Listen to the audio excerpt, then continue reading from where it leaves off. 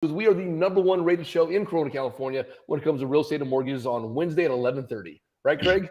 Yes, exactly. Corey's Carpet Care. He made his contest. They ruled him not in our same league. He's in the home improvement section of ratings, so we are #1. But Corey is a sponsor, so we'll be nice to him, right? That's how they do it on Amazon, right?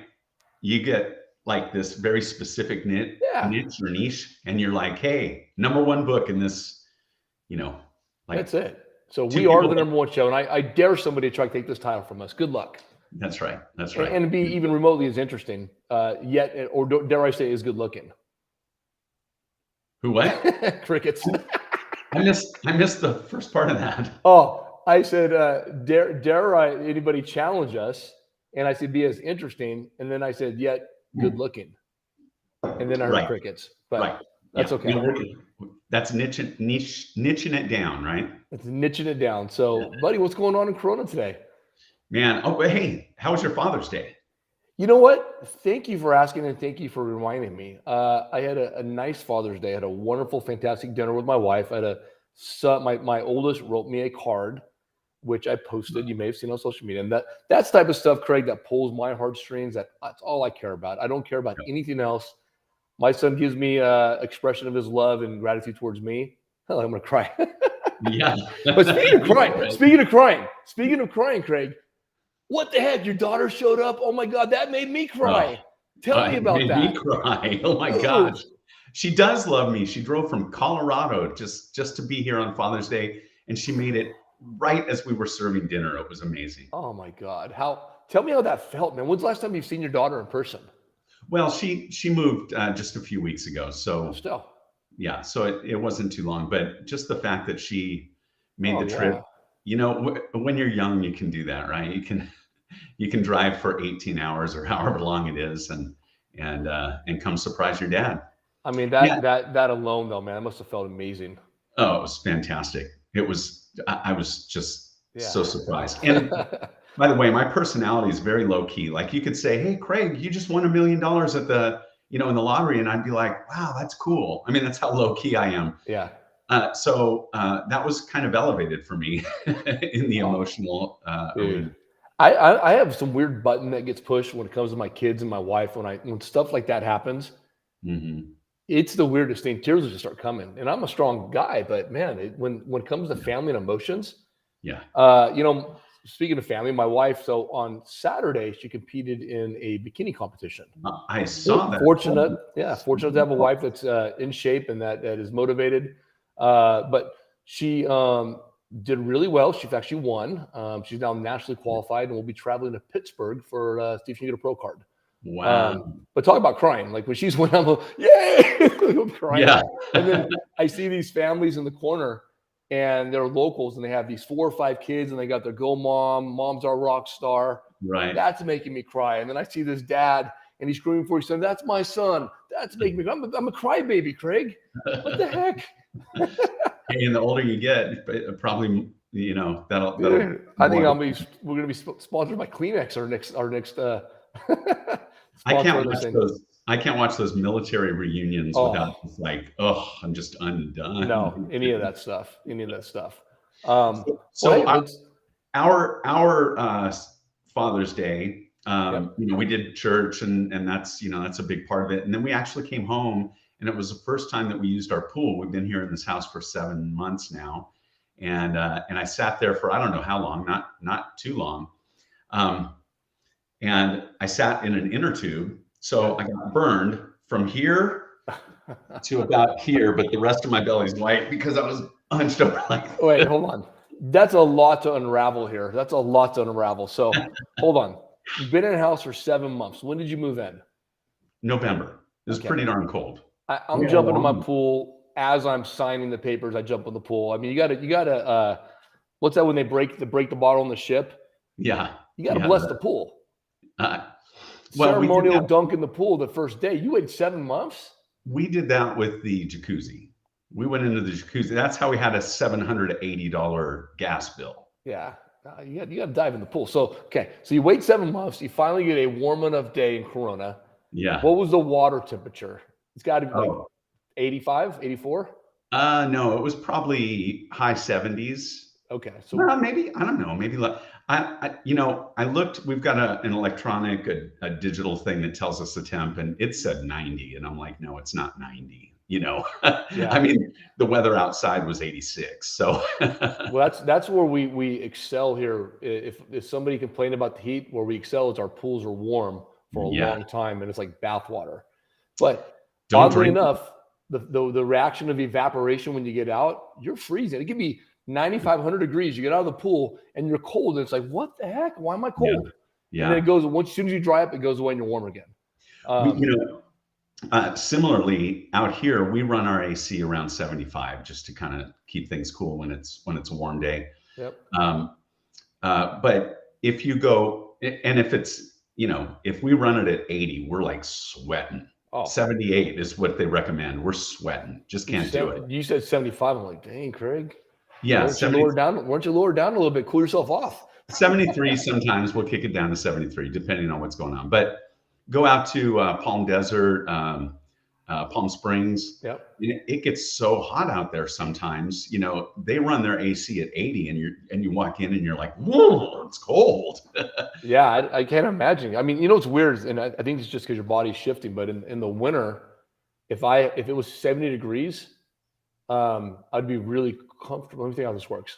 Yeah, in the winter at 70, I'm really Yeah, comfortable. yeah, But in the summer, 70, it's not. It's barely getting me cool. It's just weird how your body shifts and acclimates to the climate, right? right.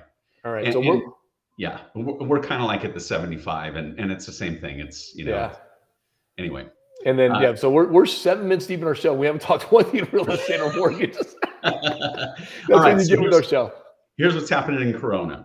We're seeing a little bit more inventory, which is cool. Okay. We've got 141 homes on the market. Again, a fast market back in 04, 05-ish.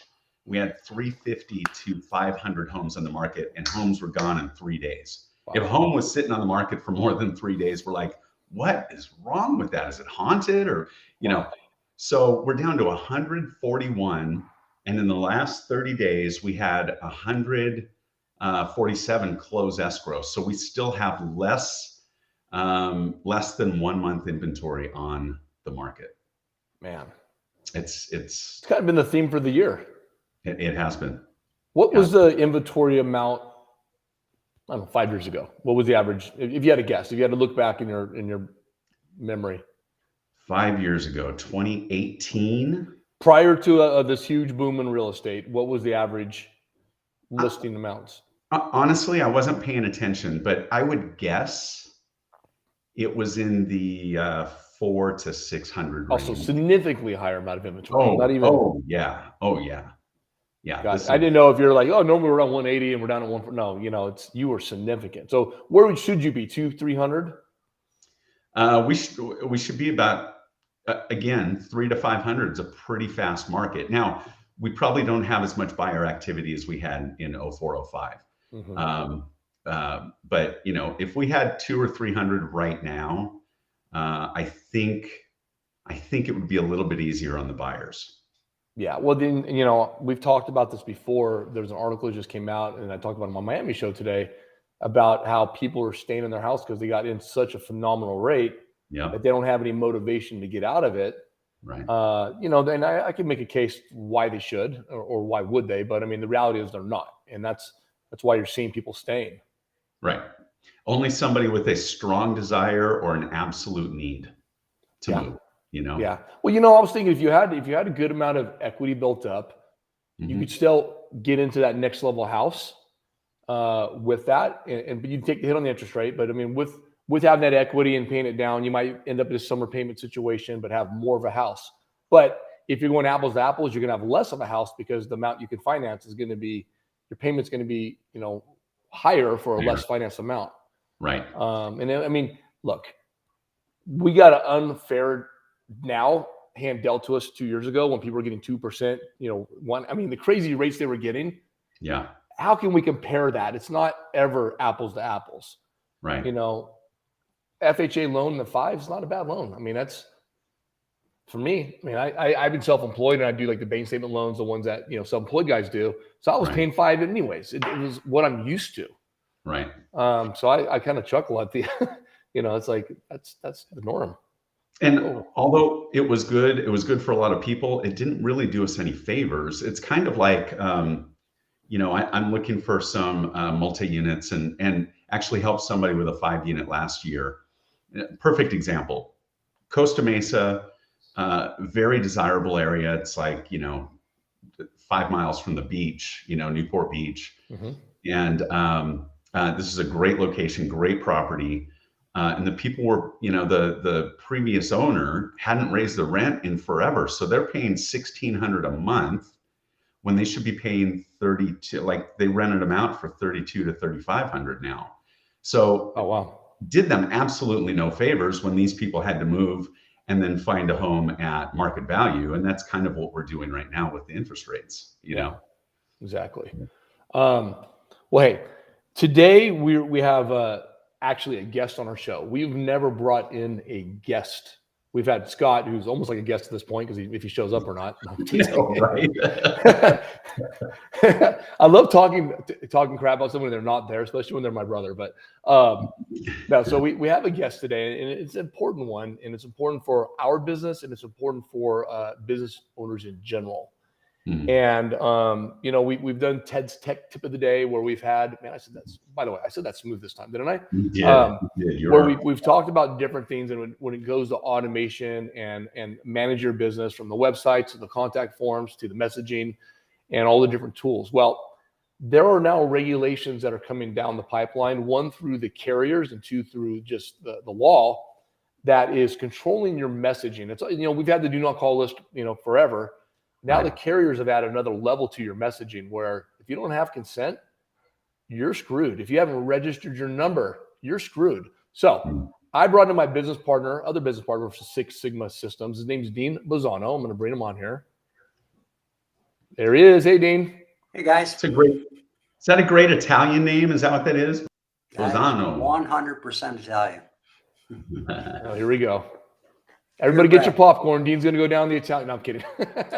So we're purebred as far back as we can tell, until we get to like the Middle East, probably.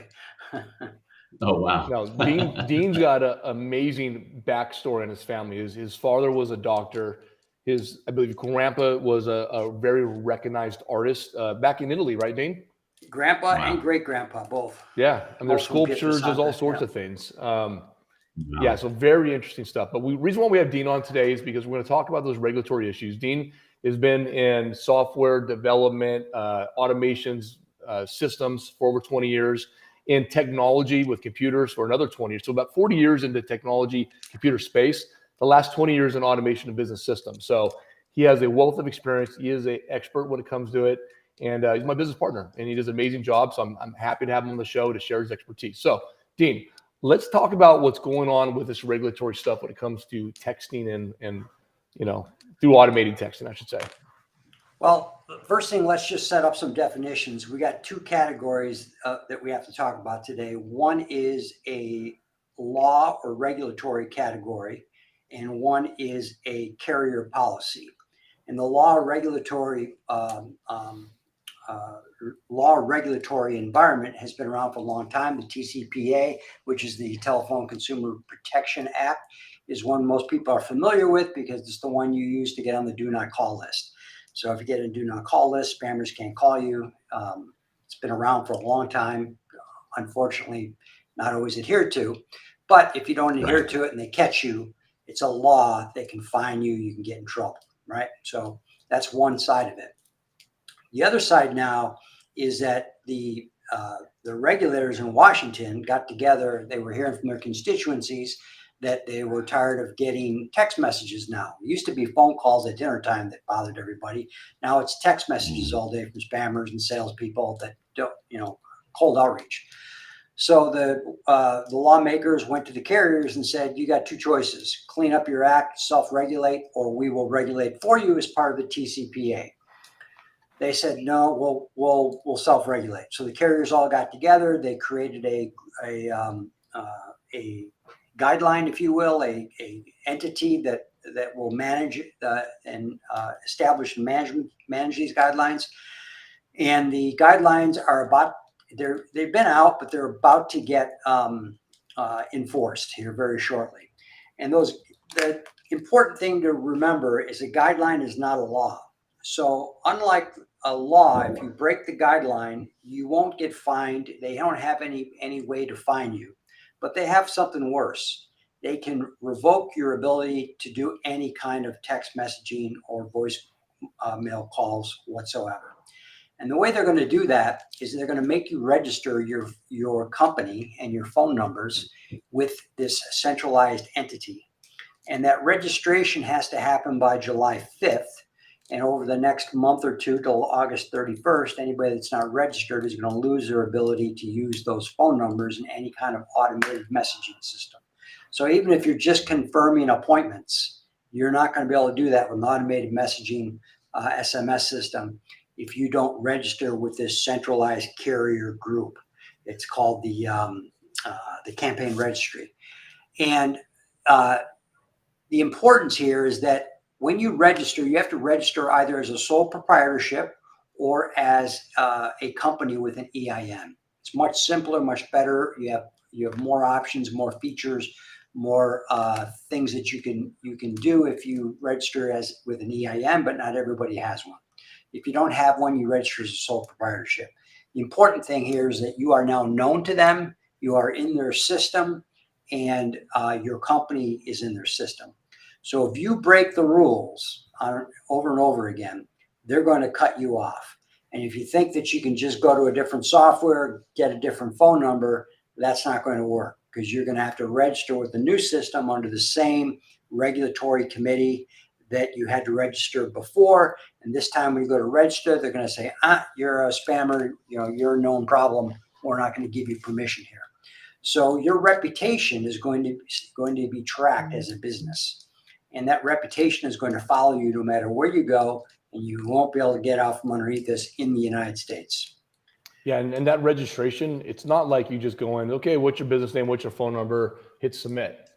You have the examples of the campaigns you're using. It's pretty robust, and they're kicking people back, and you got to go through it again. And guys, we're talking July 5th, this goes into action. We're June 21st. Yeah. We're already too late if you haven't started this. Look, we think they're going to give some grace period. I know there is a grace period through August, right? We're hoping it gets pushed back. But this is pretty serious, not just for us realtor or mortgage guys. This is for any business that's using automation. And look, we're all about scalability. We're all about trying to manage our business effectively and give better communication to our clients. And we use these tools to improve the client experience, not just the lead generation, but to improve the experience of communication to where I can scan and be more effective as what I do. It makes me better at my job. And so having these tools are important to us. And if you don't register properly and don't have this thing set up, you lose that ability, and you can really hamper yourself. So let's talk about some solutions. One is definitely register. We can give you some guidance. We can point you how to do it, but you have to do it yourself. We can't take on that liability, nor should any other company. It's really your responsibility as a business owner to do it. Number two, in our system, the Six Sigma system, we have the ability to register your number inside our system and file for that registration without having to leave our system. It's all built in to what we do. And then on top of that, we build the messaging and tools to make sure that you are compliant when you're getting the number and you get consent. I'm going to share my screen here. And Dean, you can talk as I go here if you want. I know I jumped in. Yeah, and it's important to realize what he's going to be showing you now with this form is actually already law today. Not everybody's following it, but it's law today, and it is going to be accentuated with the carrier policy. And law today says that if you are going to be automated messaging, especially voicemail drop type messaging where your computer system is dropping a voicemail and people don't answer, that today is covered under the TCPA, which is the regulatory law.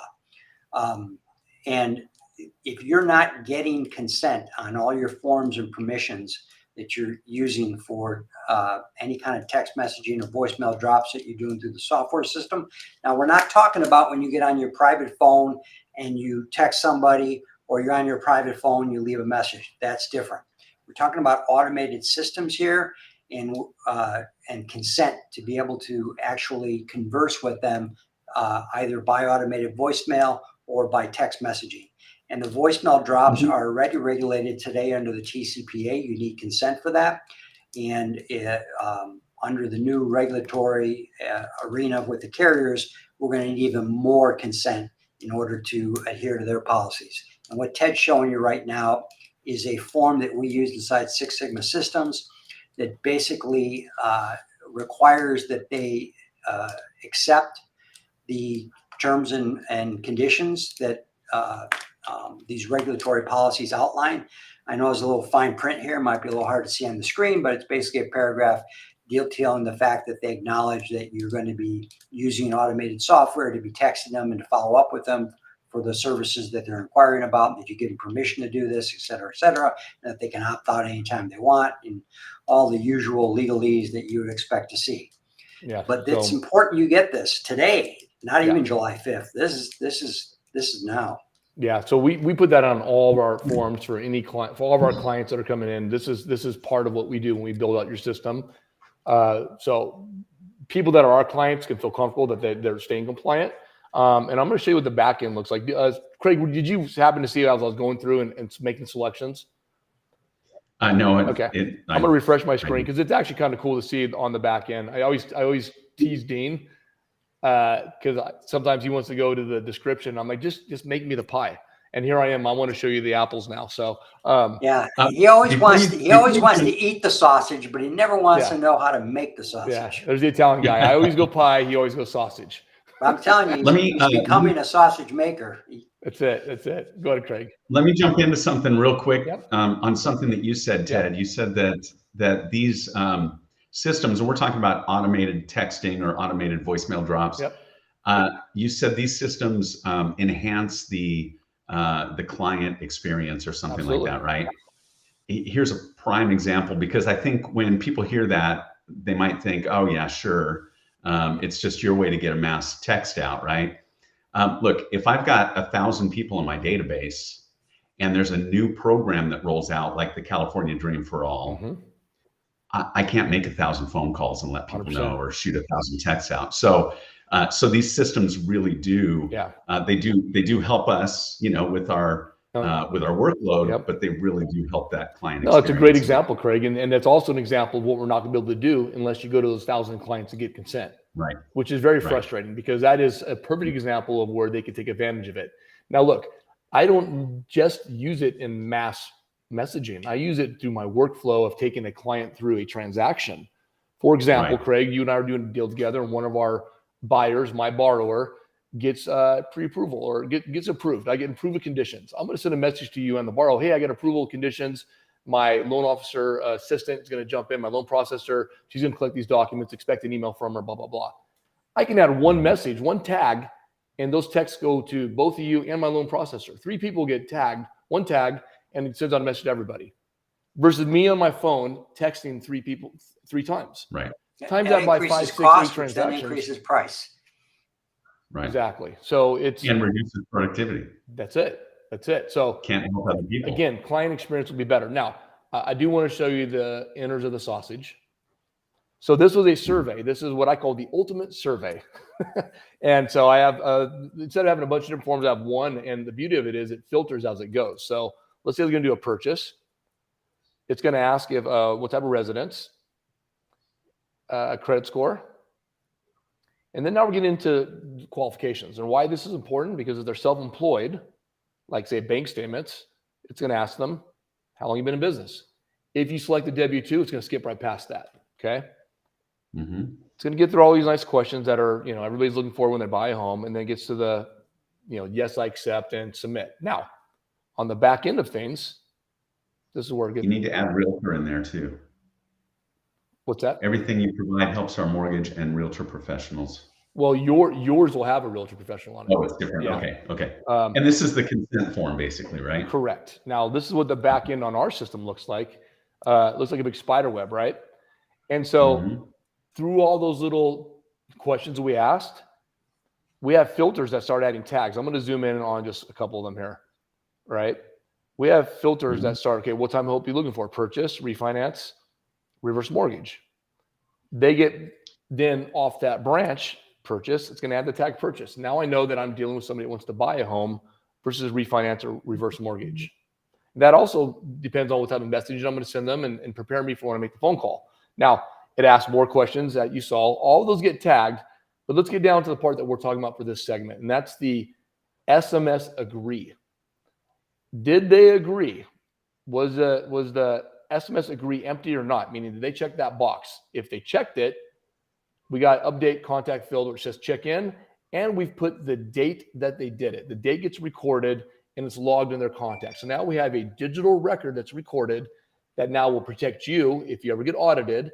And we can show them. We have history, audited history. How am I saying that? Auditable. Auditable and audible sounds very similar.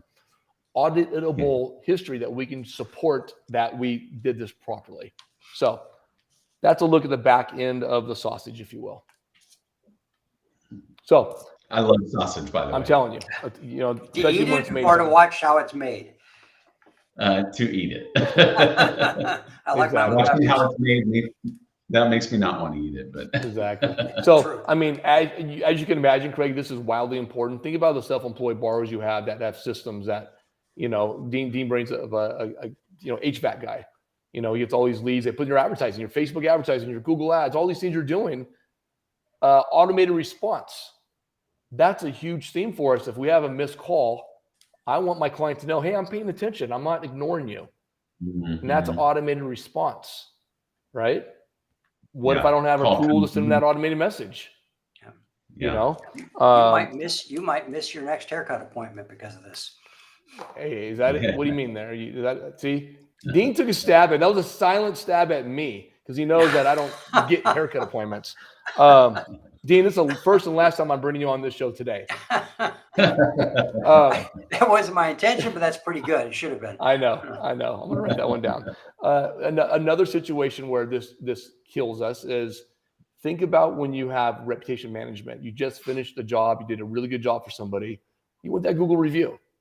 Our system allows you to get automated. Hey, thanks for being my client. We appreciate your support. Google review does a lot for us. Would you mind filling this out? That's automated. If I don't have that consent, when I get my tire changed, they can't text me anymore and say, hey, do you want to send us a review? Well, we got to go to our personal phone, but that's, again, we're not automated. I don't have time. Yeah. We don't have time for that. And that's going to take away from our time from doing our job. Is there a way to tie this into like Facebook Messenger and stuff like that?